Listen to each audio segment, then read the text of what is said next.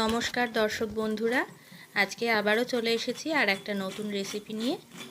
আজকে আমি তোমাদের সঙ্গে শেয়ার করতে চলেছি একটা একদম নতুন ধরনের রেসিপি। তার জন্য আমাদের যেটা লাগছে সেটা হচ্ছে এই ধরনের পাঁপড়, মানে একদম যেটা মশলা ছাড়া পাঁপড় আর কি। এর মধ্যে কোনো মশলা নেই, একদম প্লেন। তো এরকম পাঁপড় লাগছে।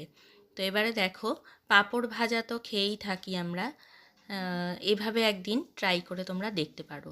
তো তার জন্য আমি এখানে আলু সেদ্ধ করে নিয়েছি, আর আলু সেদ্ধটাকে খুব ভালো করে গ্রেট করে নিয়েছি। এখানে মিডিয়াম সাইজের একটা আলু আমি নিয়েছি। এর মধ্যে নিয়ে নিলাম সেদ্ধ করা মটরশুঁটি, পেঁয়াজ কুচি, টমেটো কুচি, আর দিয়ে দিচ্ছি কাঁচা লঙ্কা কুচি। এরপরে দিয়ে দিচ্ছি স্বাদ মতন লবণ আর ভাজা মশলার গুঁড়ো, একটু গোলমরিচের গুঁড়ো। এবারে সমস্ত উপকরণকে খুব ভালো করে মেখে নেব হালকা হাতে। এখানে আলুর মিশ্রণটা তৈরি হয়ে গেছে। এবারে দেখো, আমি যে নর্মাল পাঁপড়গুলো দেখিয়েছিলাম সেখান থেকে আমি দুটো পাঁপড় নিয়ে নিয়েছি, আর একটা প্লেটের মধ্যে নিয়ে নিয়েছি পরিষ্কার জল। সেই জলে পাঁপড়গুলোকে খুব ভালো করে এপিট ওপিট করে ভিজিয়ে নিয়েছি। তারপরে জল ঝরিয়ে আরও একটা পাত্রের মধ্যে একটু টান টান করে মেলে দিয়েছি।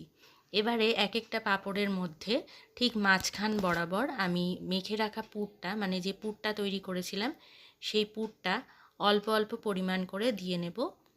আর যতটা আর কি দেওয়ার প্রয়োজন সেই পরিমাণ মতন পুর দিয়ে আমি এটাকে ঠিক এইভাবে ফোল্ড করে নিচ্ছি। দেখো, পাঁপড়টা যেহেতু ভেজা রয়েছে সেই জন্য খুব সহজেই আটকে যাবে। এরপরে আমি একটু ময়দাকে গুলিয়ে নিয়েছি ঘন করে, একটা পেস্টের মতন তৈরি করে। তারপরে সেটাকে আঠার মতন পাঁপড়ের একদম কিনারা বরাবর আমি লাগিয়ে দিচ্ছি, যাতে কোনোভাবেই এটা খুলে না যায়। তো এই ময়দার মিশ্রণটা দেওয়ার পরে এটা খুব ভালো করে আটকে গেছে। এরকমভাবেই আমি পরের যে র্যাপটা সেটা তৈরি করে নেব। তোমরা কিন্তু এর ভেতরের যে পুরটা, এটা তোমরা যে কোনো কিছু দিয়ে, চাইলে চিকেন দিয়ে করতে পারো, চিকেন কিমা দিয়ে তোমরা এই পুরটা তৈরি করতে পারো। তো যাই হোক, এবারে দেখো দুটোই তৈরি হয়ে গেছে। এবারে কড়াইতে আমি সাদা তেল দিয়ে দিয়েছি। এটাকে এরকমভাবে তেলে ভেজেও নিতে পারো, অথবা অল্প তেলে এপিট ওপিট করে সেঁকে নিলেও কিন্তু এটা খুব সুন্দর একটা রেসিপি তৈরি হবে। তো এইরকমভাবে ঠিক যেভাবে আমরা পাঁপড় ভাজি, একটু ক্রিস্পি হবে ব্যাপারটা।